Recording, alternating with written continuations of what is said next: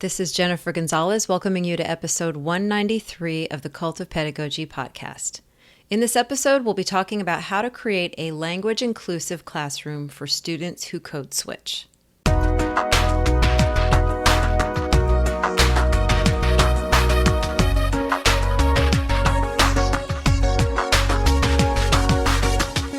In so many classrooms, we have an ever-growing population of students whose home language is different from the one primarily used in school. In the U.S., this may be a language other than English or a dialect of English that doesn't match standardized English. Many of these students code switch, using different languages or dialects in different contexts, switching back and forth, sometimes even mid-sentence. This can present a challenge for teachers who want to equip students to succeed and learn in school. That desire, the urge to get students speaking and writing in a way that will give them advantages, can result in teaching moves that send harmful messages to our students. There are much more effective ways of helping students develop proficiency in the standardized language of school while also honoring their home languages, and that's what we're talking about today. Joining me is Andrea Castellano, a third grade teacher in New York City who also happens to be a part of our team here at Cult of Pedagogy. Part of Andrea's work has been to audit our old content, which can be up to 9 years old at this point, making sure what we have published is consistent with current culturally responsive practices. We updated a 2014 piece on code switching, but when Andrea gave me feedback on it based on all the learning she had personally done on the topic, we realized there was a lot of nuance about teaching multilingual learners that the format of the old post simply didn't have space for. A new post was needed, so we decided Andrea would write it. The finished post is available over on our site. Go to the podcast section and look for episode 193. Here, we're taking the main points of her post and talking about them in more depth. Before we get started, I'd like to thank Coder Z for sponsoring this episode. Coder Z is a gamified coding platform combining STEM, computer science, and critical life skills. With a standards-aligned, award-winning curriculum, Coder Z eliminates fear through meaningful support and preparation of educators by implementing fun, flexible, and engaging instruction in a real-world context. Through the power of virtual robotics, students in 4th grade and beyond use computational thinking to overcome obstacles, show off their skills on a global scale, and embrace failures as a part of learning. With Coder Z, educators open pathways for students inspired and motivated to discover their future. It's built for everyone from the tech nerd to the computer shy. Visit cultofpedagogy.com/coderz, CODERZ, to bring coding to your classroom today. Support also comes from Edulastic. Imagine a school where educators have the insights they need to identify knowledge gaps, prioritize learning, and measure student growth. Meet Edulastic, the easy-to-use digital assessment platform that helps educators personalize learning, measure growth, and save time. This education tool, which includes 50-plus technology-enhanced question types and over 50,000 pre-made assessments to choose from and customize, is essential for monitoring student progress, guiding student learning, and preparing for exams. Head to edulastic.com, edulastic.com, to get started with a free trial. Now, here's my conversation with Andrea Castellano about creating language-inclusive classrooms for code-switching students. Andrea, welcome to the podcast. Thank you for having me. So, I think we're both pretty excited about this because you have actually worked for Cult of Pedagogy for 2 years now, and you are part of our customer experience team. You help with like answering emails and checking on social media and stuff like that. But one of the things that I've had you do, one of the reasons I hired you, honestly, was because you were so passionate about abolitionist teaching and anti-racist teaching. And you just were so committed personally to learning as much as you could about that. And one of the tasks that I had you, we're still working on this, is sort of vetting all of our old content on the site to make sure that it is respectful, that it is updated, that it is culturally responsive, that it's supporting all of the ideas that we want to be supporting and uplifting out there in the world. And so one of the things that you and I got to talking about a couple of months ago was an old post that I have about code switching. And you had so much to say about it that I said, rather than updating this old post, why don't we have you write a brand new one that goes way more in depth? Because that was really just sort of defining the term.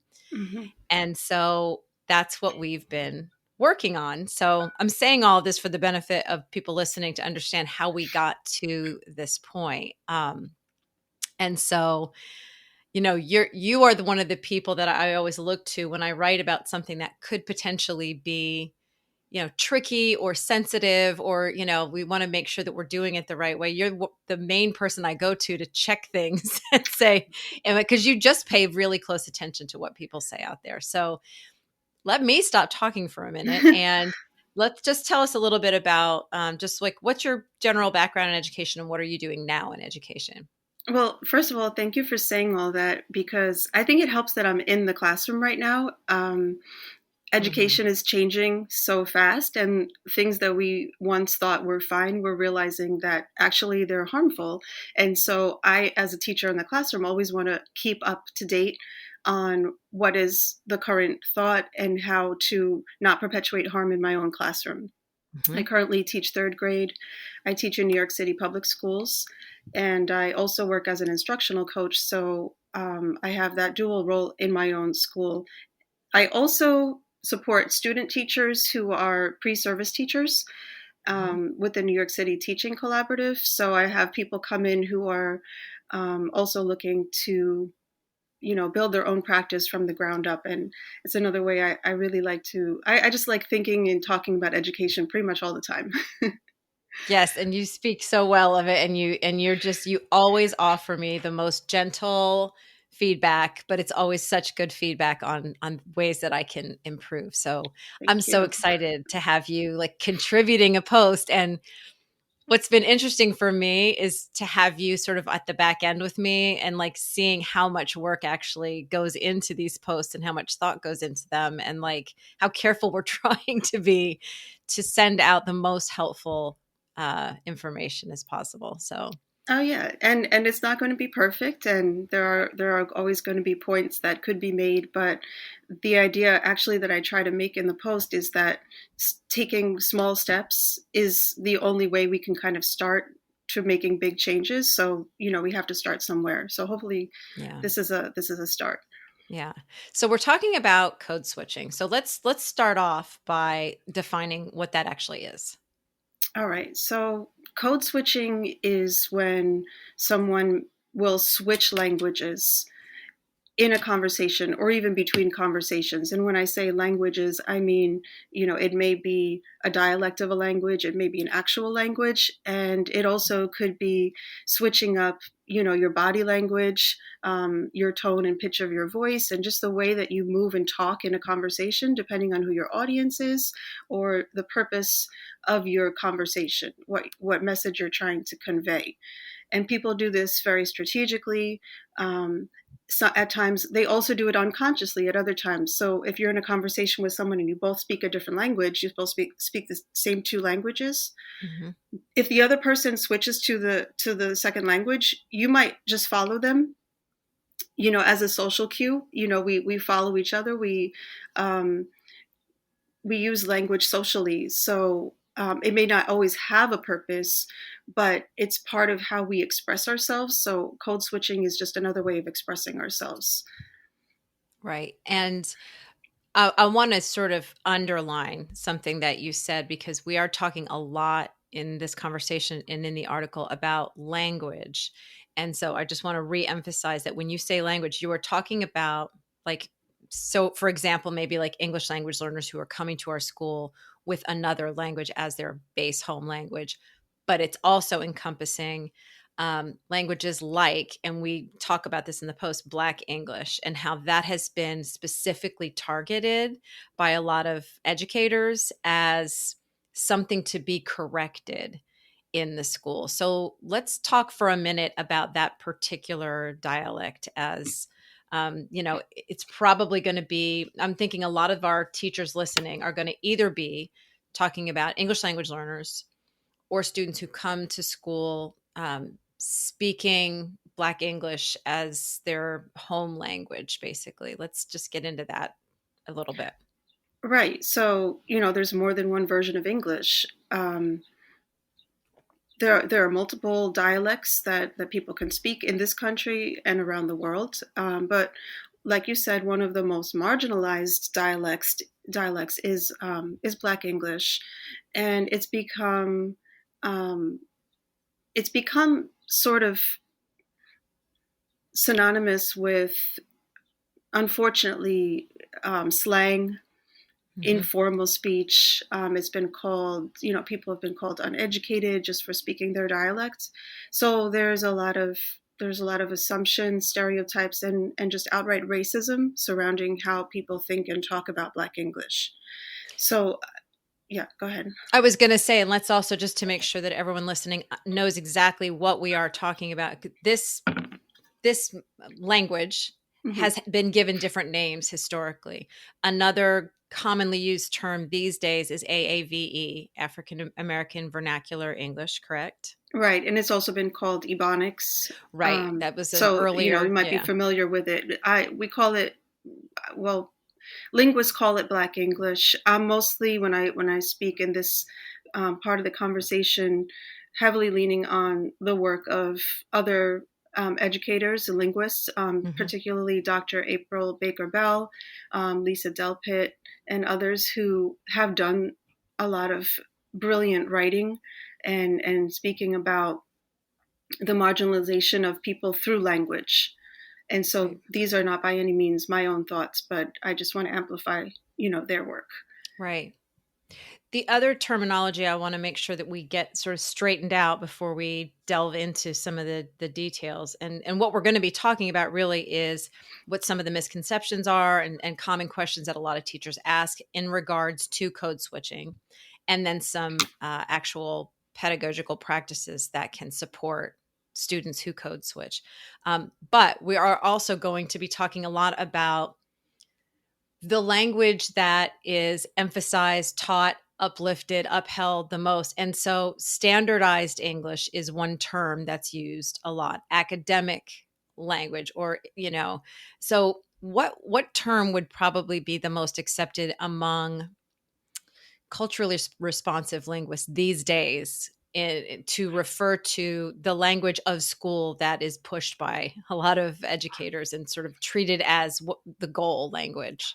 Well, traditionally it's been called Standard English, which implies that it's the default. I prefer the term standardized English because that suggests that this dialect has been intentionally positioned as the default, right, at the expense of the other dialects. And so standardized English means that it is a social construct, that the grammar and syntax and even the vocabulary of this language are not necessarily inherently superior, but they have just been commonly accepted as such. And schools, being traditional institutions that they are, go along and have been going along with this, this idea that our students need to all conform to this particular version of our language. And again, that inherently means that the other languages are not as welcome, not considered academic. Right. So the word standard has this weight of, something positive, whereas standardized implies an action or an agreement that was just taken by the dominant class of society. And so, exactly. Okay. And so, all right. So what we want to talk about, or where maybe I guess we can sort of start, is, well, why don't we just say, why did we think that this is a necessary topic to bring out in front of teachers? Why is code switching and language diversity an important topic? Well, there are so many important topics, and Right.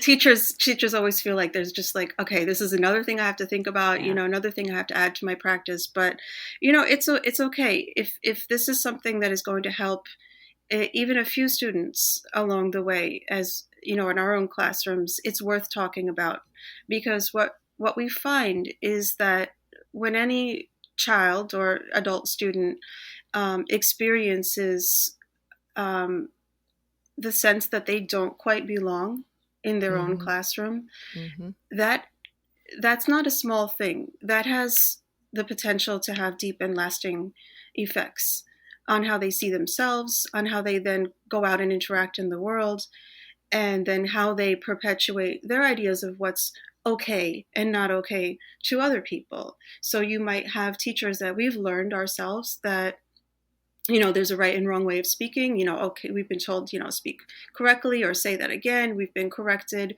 And now we grow up and we're teachers and we're doing the same thing to our students. Right.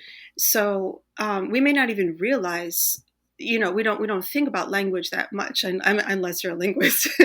Mm. But, these things, these little things that we say, we call them throwaway sentences. These things do matter, and they accumulate, and and especially people who receive these kinds of messages over and over again, they have to grow up and then really take a hard look at how they want to interact in the world. Like, do they, with code switching, for example, do they want to continue to code switch to fit in, to prove Mm. something to the larger world? And many say, you know what, I have no choice. And other people say, you know what, I refuse. I'm going to speak Mm. the way I speak regardless, and you have to, you have to deal with that. Mm-hmm. And for us as teachers, it's not to say, okay, one is better than the other, but more to just kind of empower the students as they're learning about language to grow up and make those decisions for themselves. Right.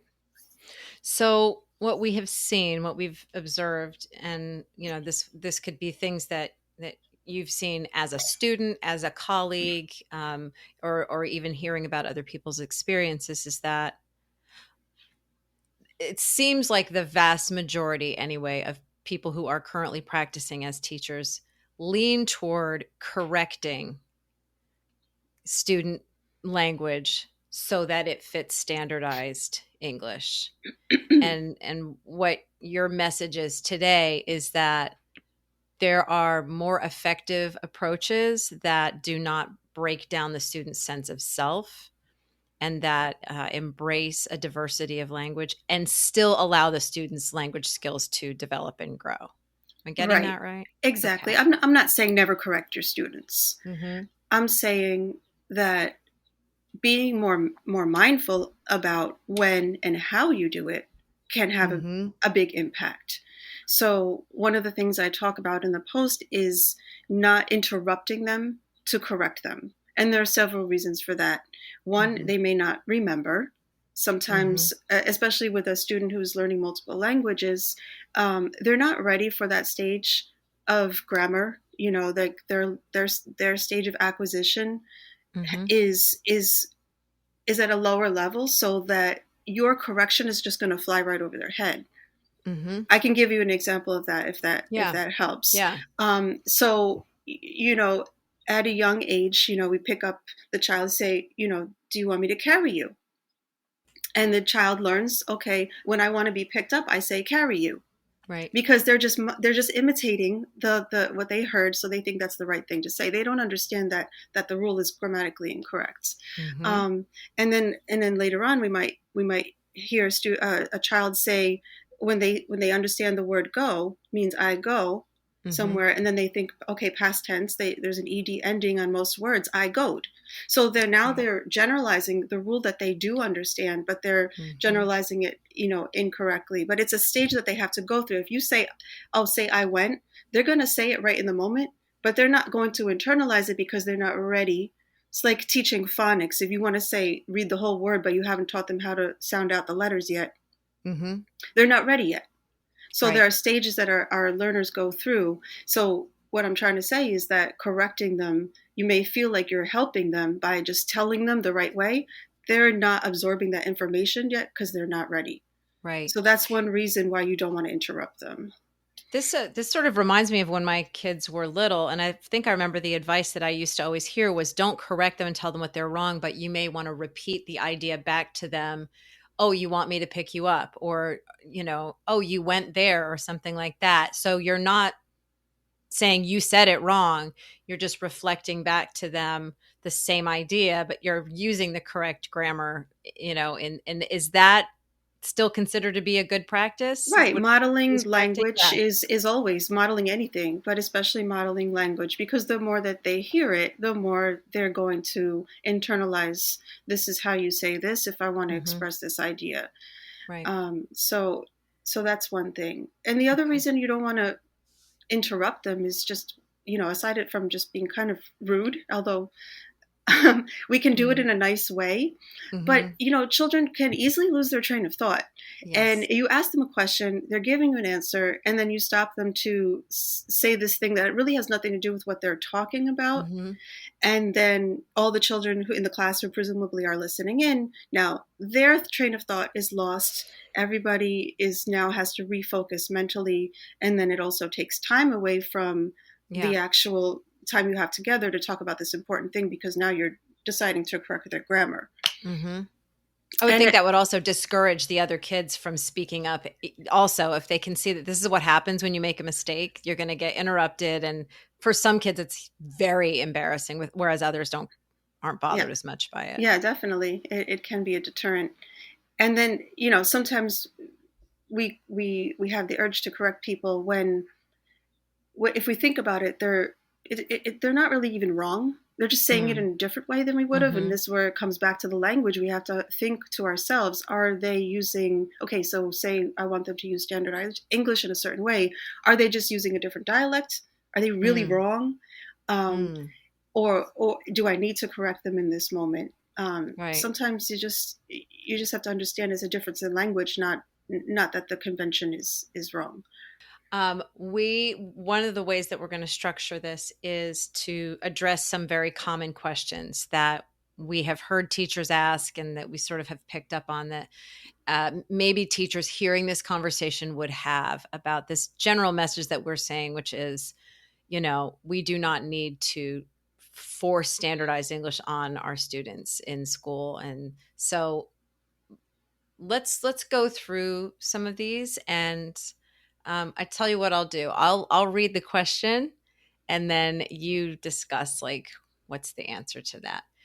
So the first one is my students need to learn English and they need to learn it fast. So if I allow them to code switch, isn't that going to slow that down? Okay, no. That's the short answer. Okay. Um, First of all, it takes 3 to 5 years for a person to really become proficient or fluent, even fluent in a Hmm. language. Hmm. So you can't rush that process along. Uh, immersion, which was once thought, total English immersion, where all you do is speak English all the Right. time and you force the child to only respond to you in English. It was once thought to be effective, but now we understand that it's not. That it's actually better to have the child get a strong foundation in their first language, and even to learn the material as they're acquiring their language. They can learn it in their first language, and they'll always transfer the concepts over. Hmm. I've had students who have come at high levels of proficiency academically, but very little English, and Hmm. they are able to give them an assignment. You translate it for them, they're able to go, and they're able to do that assignment independently. So you don't need to say, okay, only speak English. You're not actually doing them any favors. You're actually just taking away the one language that they do know how to communicate in, Mm. and they're not ready to use the English. So now what do they do? So by insisting that we rush it, it's not going to actually make the English acquisition any faster. Right. And it also Okay. just limits their ability to communicate with you. Hmm. It's not good for you in terms of your relationship with them, and how do you figure out how to help them. And they'll just kind of it can be an experience that will cause a kid to shut down. Not To shut always. down. Some kids Right. can they'll get along. But it's not it's not the most welcoming of policies either. Right. If you say speak the way I tell you to speak, or else, like, that sends a message. Yes. And You don't it's have just to. making school not a place where they can people need to relax in order to learn. Yeah, I And think so, teachers worry that the students are going to fall behind. I think it comes from a mhm, place of, yes. most of the time, like, I just need to help them. Mhm, English is the priority, but understanding that the English will come in time with exposure and practice, and that you still need to teach them the material they need for that particular grade level. It takes mhm. a little bit of the pressure off of the language side of things if you balance it with the academics. Got it. Second question. If I don't correct my students when they make an error, how will they learn? Well, we did address this a little bit. They will learn it as people learn languages in general, through exposure Mhm, and through time. If there is something that you really believe is needs explicit attention, you can always do that in a lesson. mhm. But the moment to correct a student for whatever reason is not in the middle of a thought. That's not what a teachable moment is. That's just a distraction. That's a Right. disruption. Okay, so then third question. What about the standards? If I'm teaching, I am required to teach the standards. So isn't allowing all of this other language to happen going against that? Well, the standards aren't going anywhere, Mhm. and we're not going to pretend that standardized English is um, not the language of school. Mhm. However, it doesn't need to be the only language that we accept and acknowledge in our schools. So what you can do is you can say, all right, for example, if we're having a class discussion, um, I'm not worrying about how my students speak. I'm not going to um, burden them with adhering to a certain particular rule. Mhm. For example, um, using, like, we always say, like, may I versus can I go to the bathroom? Yeah. Why do we still do that? I don't know. That has nothing to do with, well, I mean, it has nothing to do with the standards per se. Like, we're not grading them on how they asked to go to the bathroom. Mhm. When it comes to writing, it's a little bit more nuanced. Mhm. Some teachers say, okay, I'm not grading for conventions in this Mhm. assignment. I'm really just looking for your ideas, and that's okay. Other times you might say, all right, I'm actually teaching a grammar lesson.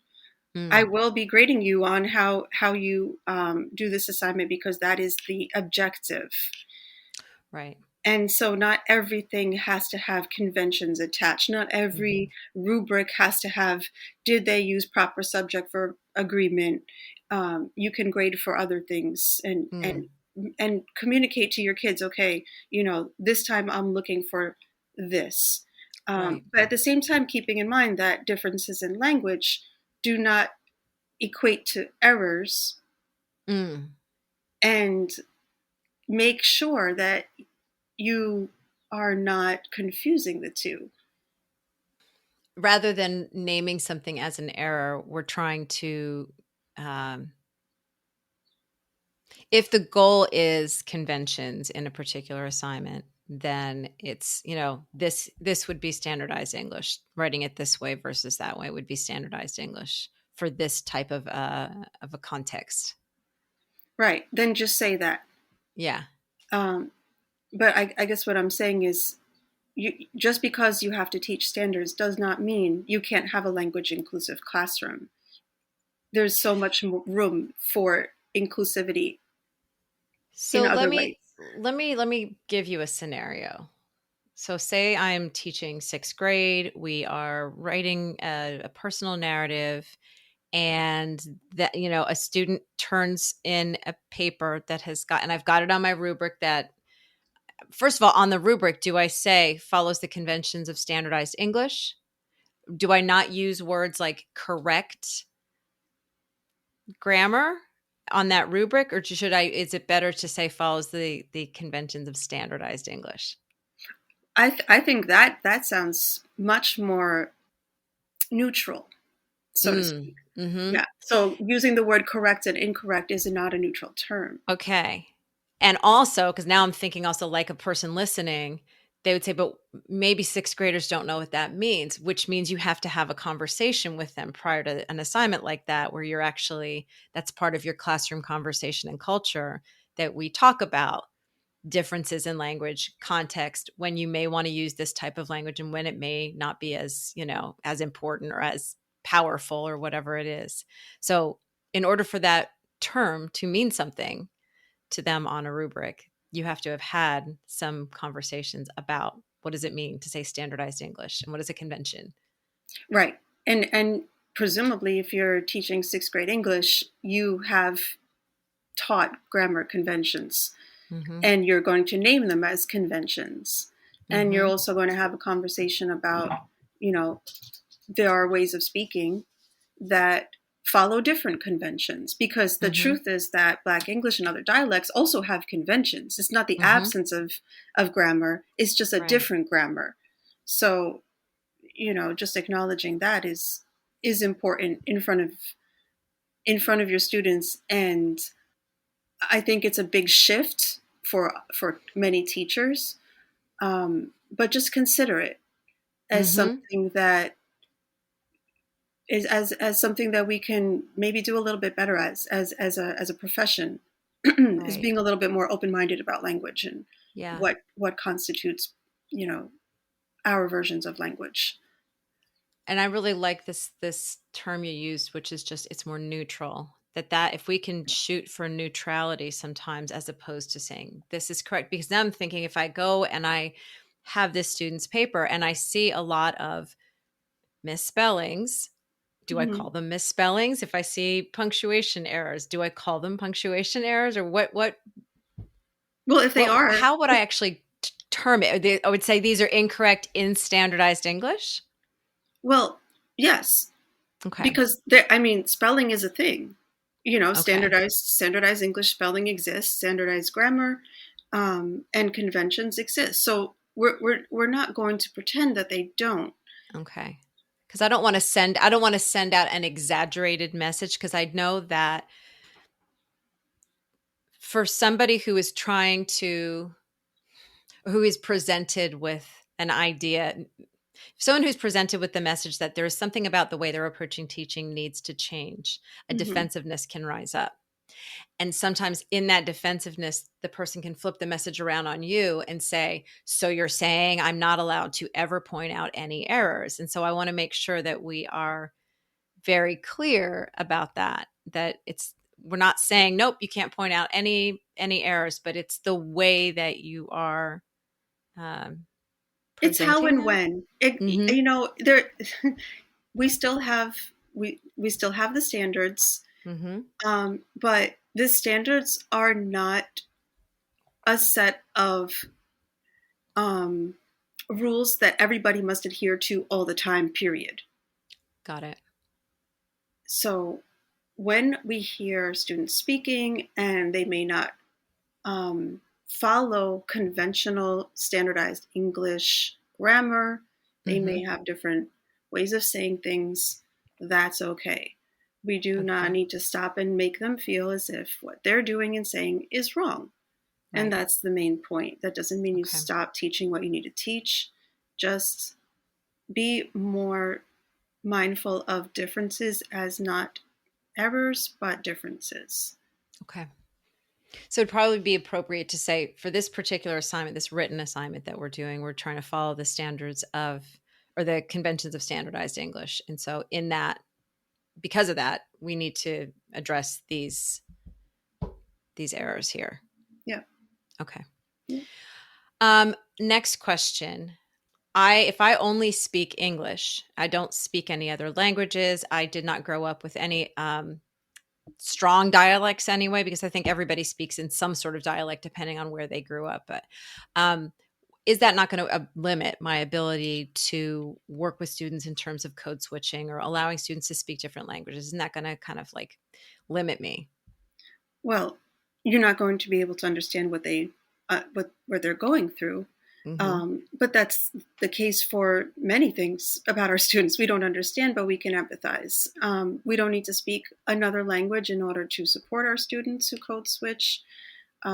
Just showing interest in their Mm-hmm. experiences, in their process, learning new words with them, from them, making connections, interdisciplinary connections are always like a fun way to bring language into the class.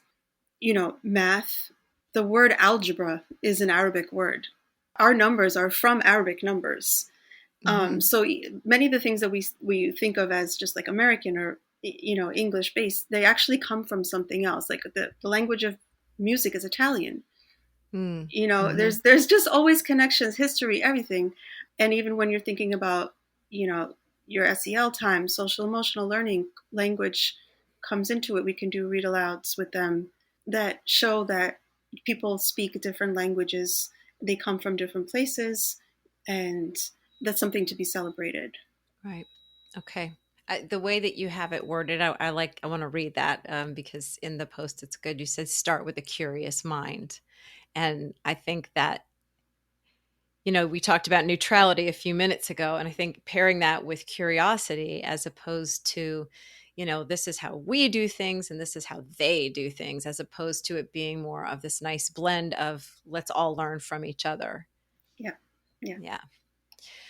Okay, so those are just sort of some common questions that might come up in this conversation about code switching and language diversity. Now we're going to just shift to actual instruction, some practices that can support multilingual learners, which you refer to them as MLLs or multilingual learners in the piece. And again, that can be students who are literally learning English brand new, or they just speak another dialect within the English language that is not the standardized English. Right. Or they can be bilingual, Mm-hmm. fluently bilingual, and Okay.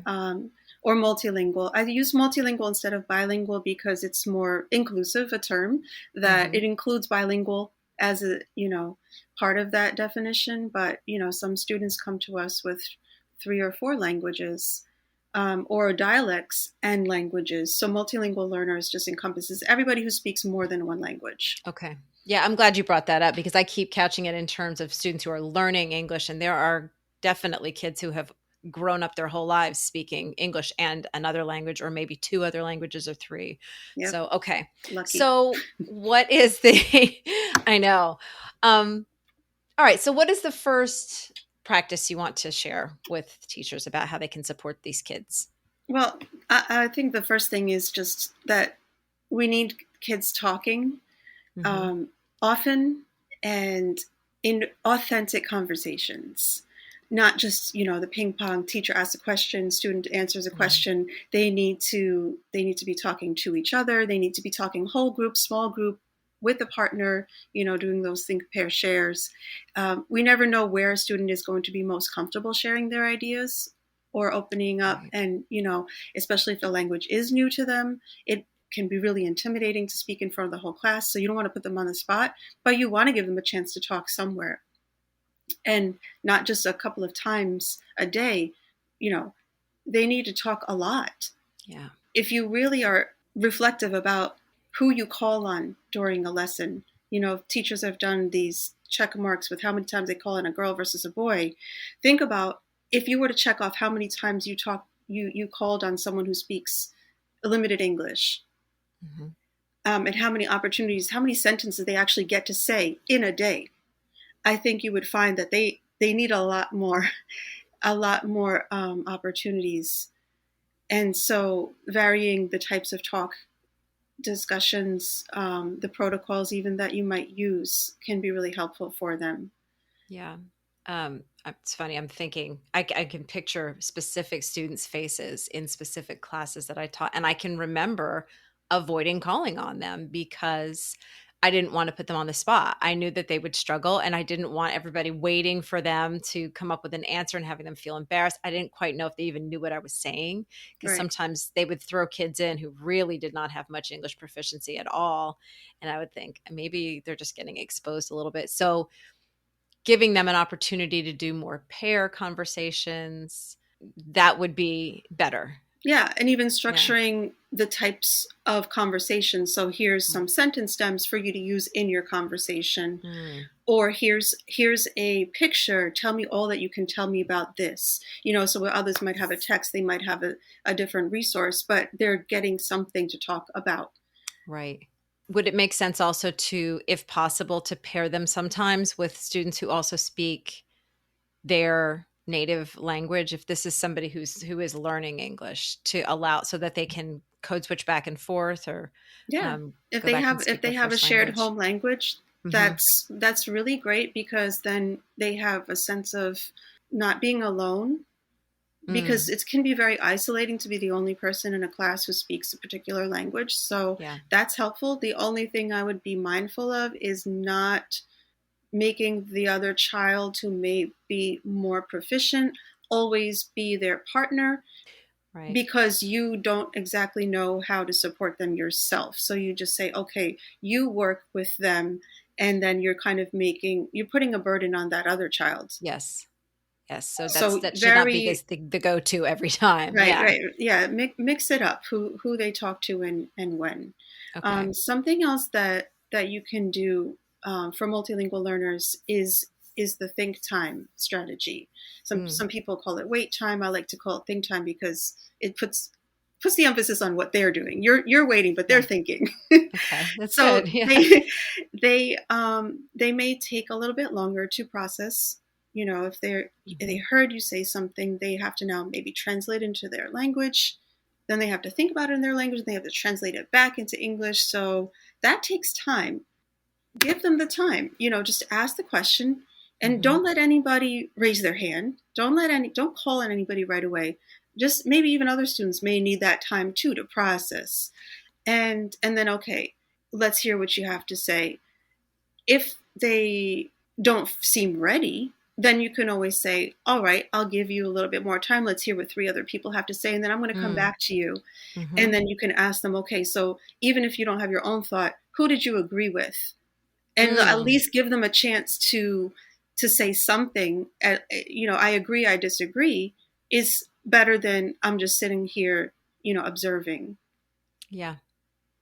So much, and I'm sure people listening to this are going to say the same thing. So much of what you're saying sounds like it really would benefit so many students anyway. You were talking about sentence stems. I mean, a lot of kids need practice with those academically constructed sentences where you're having a productive conversation. So that I'm thinking about 4 or 5 different categories of students who need that additional think time. Hmm. There's been studies about girls versus boys. There's been studies about students who have ADHD. There's just all different kinds of reasons a person might need a little extra processing time. So having that just be a part of your practice can benefit so many students. Yeah, yeah. Um, Yeah. I do want to add one more thing. Mm-hmm.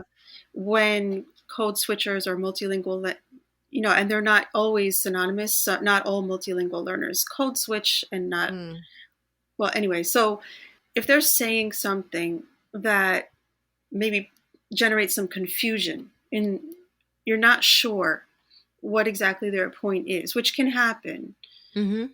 it's okay to, and it's not a correction. It's okay to say, I don't understand. Can you say that a different way? Mm, And not just pass them by and say, okay, next, because I don't understand. Because mm, you never want to send the message that what they're saying is not just as valuable as someone else's, just because they're not saying it in a very comprehensible way to other right. people. It makes sense in their mind. So you want to Yeah. value that process that they're going through. This is bringing back all kinds of mistakes that I made. We That's all why we we all keep learn learning. along. Yes, exactly. It's a Yes. process.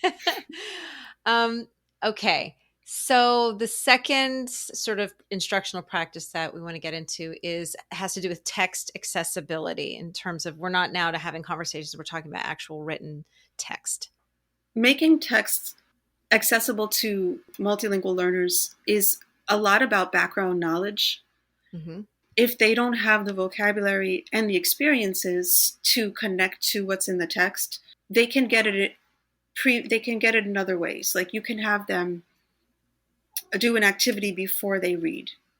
You can have them look at some pictures and we can have a conversation. So it's again another way to put conversation into the literacy block. Is like, what do you notice about this picture? Okay, here's the information that you're going to see in the text. You're going to learn this, this, and this. And now I'll give you the text, and maybe you have like a little bit, what we do with guided reading, even, Mm-hmm. this is what you're going to encounter. Get your mind ready. Here's some words that you might find. And so this can be a center that you set up in your classroom. Mm. You might have a slideshow. Here, click through these few slides before you read the text. Everyone else is just going to jump in. Right. Just some pre-reading activities, even a short video. So they have that visual knowledge as well. And getting them to just kind of always make connections between what they know and what they're about to learn. And as always with any age level, culturally diverse texts, texts that use languages or dialects other than English, there's a lot of texts that have that parallel translation, and just exposing them to a lot of that can help them understand that the world is not just zoomed in on the standardized English. There's a lot more out there. There are texts, and there are people out there who are writing for them. There's information out there that is accessible to them. So the means of delivery is another strategy that you'll find is good for a lot of your learners. Multimodal instruction. So one thing I like to do in my classroom is station teaching. It's different from centers where everybody is just kind of all doing something related to the learning objective. Station teaching can be about different things. So you have a lot more flexibility, but they're just rotating. Okay. So let me break it down. So say you have a literacy block, and you have a group of learners that are multilingual learners, and they may need to access a text that's a little bit less complex in terms of the language. So you go to Newsela and you say, okay, I need an 800 Lexile level and a 600.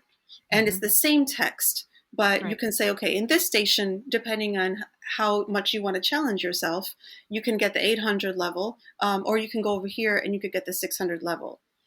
And then in the third station, you can say, okay, regardless of what text you read, you're coming over here and you're going to talk about it with 2 other people. And here's a note catcher or whatever. And then the fourth station can be, well, watch this video that's related to the topic, and then fill out this, graphic organizer and show me what you learned. So all the different stations are about different things. Or actually, they're not about different things. They're having the kids do different things, but they're all accessing the information in ways that are best for them. And then you can basically do that with any topic, any learning target, and you can say, whether it's math or reading or anything. Is it a matter of offering them different pathways toward the same basic Yes, objective? that's exactly Okay. what it is. And so is the goal to have them do all of them, or to sort of choose the ones that are going to like get this stuff into their heads the best? I find that it's better when you let students make that decision for themselves. Some students will whip through each station in 20 minutes, while others may sit there and really dig into a particular activity, and they need all that time to be successful. And what I do is I give them a sort of like a checklist of can-dos and must-dos. So everybody must do the graphic organizer. Got it. But everybody can do the video, but they don't have to. I got it. And so it gives them the choice. Yeah, I love that agency, and that just helps them to get to know themselves better as learners. And I would imagine that in your classroom, they always have an opportunity maybe later to circle back to something if they're like, actually, I didn't understand this at all. And maybe they can go back and review something that they didn't pay that much attention to that could have Right. And helped. I keep the stations sometimes for 2, 3 days or even a week. So Yeah. if they really need the time, they can come the next day. Okay, let me pick up where I left off, Yeah. and I'm going to keep cycling through the stations. These are my weekly, these are my assignments for the week. Honestly, that's how I teach. Yeah. Yeah. But I do want to correct what I was saying before about centers versus stations, because I think I had it flipped. State centers is when they do different things. I'm thinking of like math centers where they might have like a counting Okay. station and a word station and some, Right. fluency, and then centers, sorry. And then stations is when it's all related to the same learning target, but Okay. they do it in different ways. Got it. And it's funny because I think anyone listening to this who's sort of 6 through 12 is going to be like, yeah, it all sounds good to me. But whereas our elementary listeners are going to be like, no, no, no, that's the wrong term. This is what we I call it know. here. But that I think it's Words matter. absolutely fine. Yes, yes. Because I think that's, I mean, when my kids were in elementary school and I went into like volunteer and stuff, I have no training in elementary education. So I was always like, this is so cool how the kids are in different places and they're doing, there's not a lot of that in secondary. And I think there's so much room for it. Oh, So okay, okay. there's That's just, I actually mean, interesting. As an yeah. elementary teacher, I'm like, this is what I do every day. Yeah. And I'm sure there are, secondary teachers that do it. I just don't think it's that common. And it wasn't taught to me in my teacher prep program at all. Mm. So, We find we anyway, have to differentiate because our learners require, different approaches at such varying levels, I think. right. It's So funny though, because they still require it as you get older, but I don't know. I don't know. that's so. There's such a difference in preparation for those two groups. So Hmm. you've got some additional scaffolds here too for text accessibility. Okay, so I linked to a great site that gives some suggestions for providing translations of text. I think this is Larry Okay. Ferlazzo, Yep. and giving students who are maybe not even ready for that 600 lexile text, they may Mm-hmm. need to see the text in their own language, in Okay. their first language, or even with a video too, they might need subtitles. Depending on the video, you may Mm-hmm. be able to find or even get a transcript of the video, and then you can again find the translation of the transcript. Got it. Got it. So Um, it sounds like this would be worth the time to do that, especially if it's a type of video that it's super crucial for your right. students I to mean, you watch and can't do this understand. every day, Right. but if you're doing a unit plan on a particular subject, having at least one really strong video with a good translation can Mm-hmm. kind of set the tone for the whole unit and give them that background information that they need so that they can then have something to anchor the new information to as they read other texts. Right. I'm thinking also if you live in a community that has a ton of students in that community that speak that particular language, you don't have to reinvent the wheel. If one teacher does all the legwork to get a translation of a transcript, of captions, of a video, share that with other people in your community and in your district, I bet a lot of other people would be super grateful to have that for their students as well. Yeah, I agree. That's a great idea. Yeah. So we've got another section here about grading practices.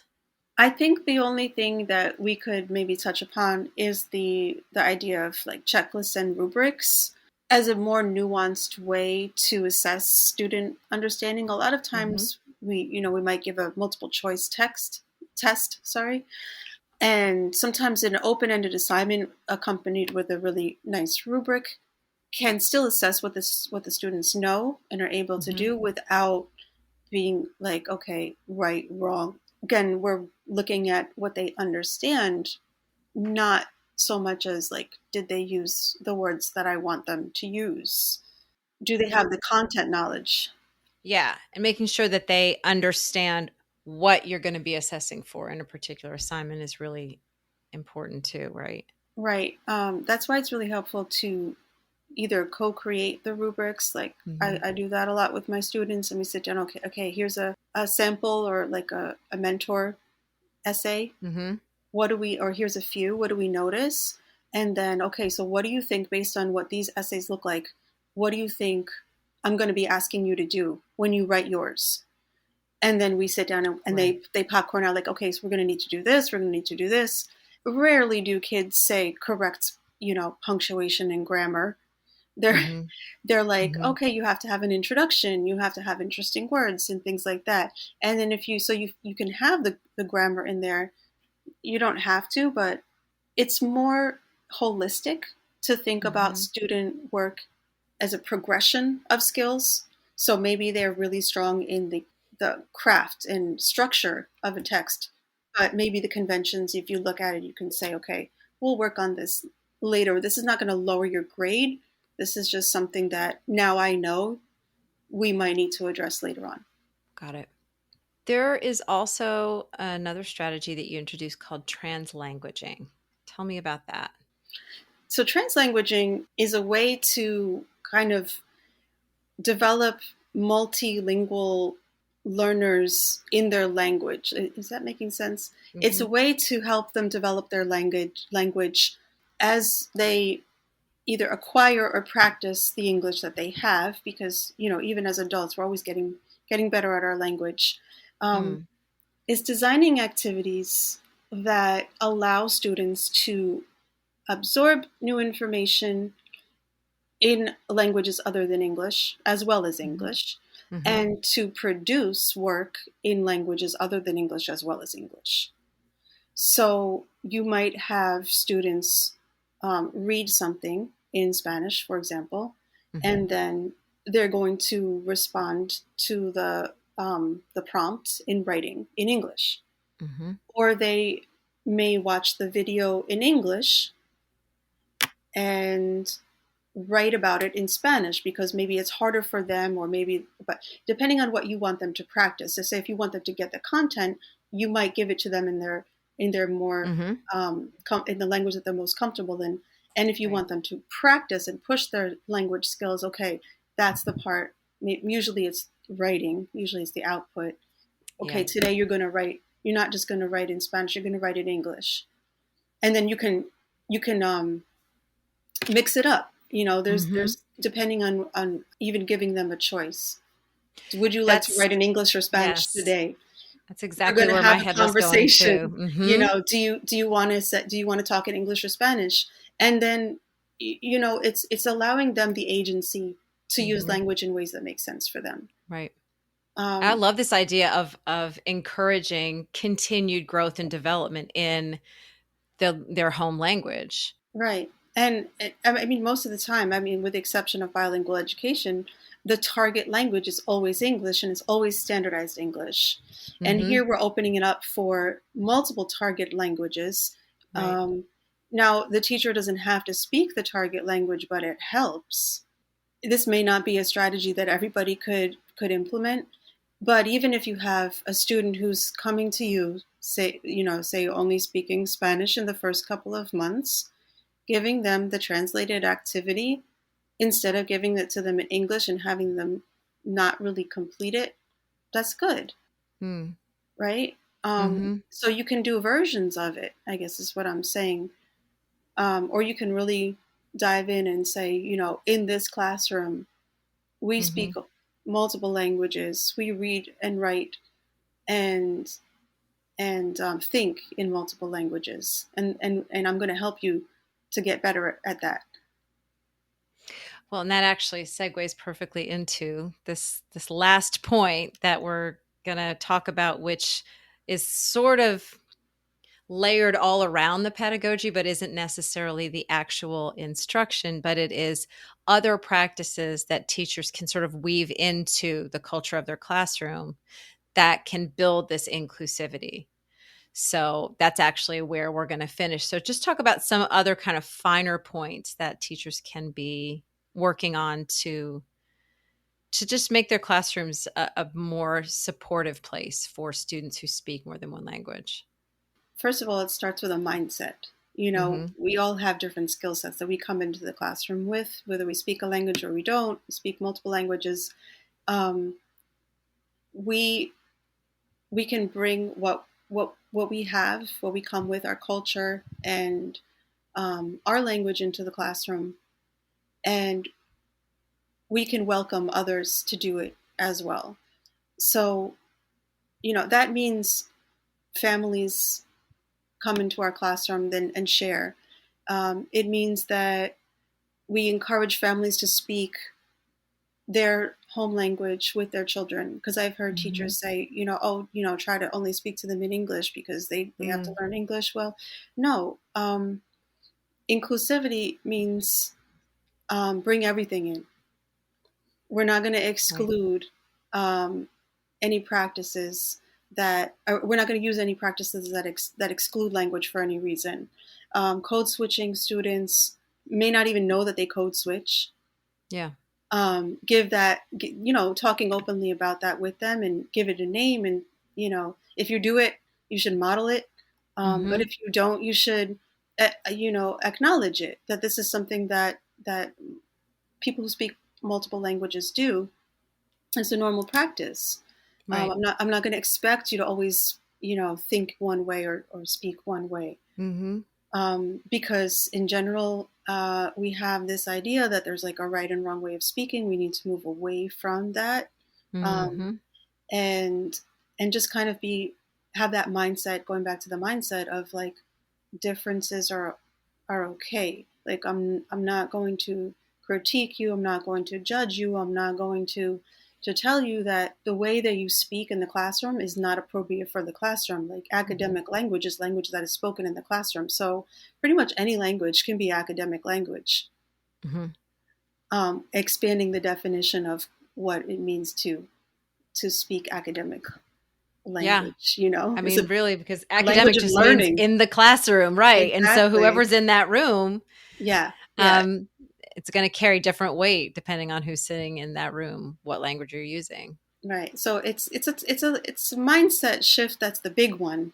And then all Mm-hmm. of these things that I'm saying, these are little things that are going to make small differences, but collectively, Mm. I think we'll find that it makes a difference for our students, and hopefully they come away from us with a increased sense of confidence and sense of pride in who they are, and that's the Yeah. ultimate goal. Yeah. Okay. So, um, I want to let people know that everything we've talked about is in this beautiful blog post that will be over on the site. And where can people find you online?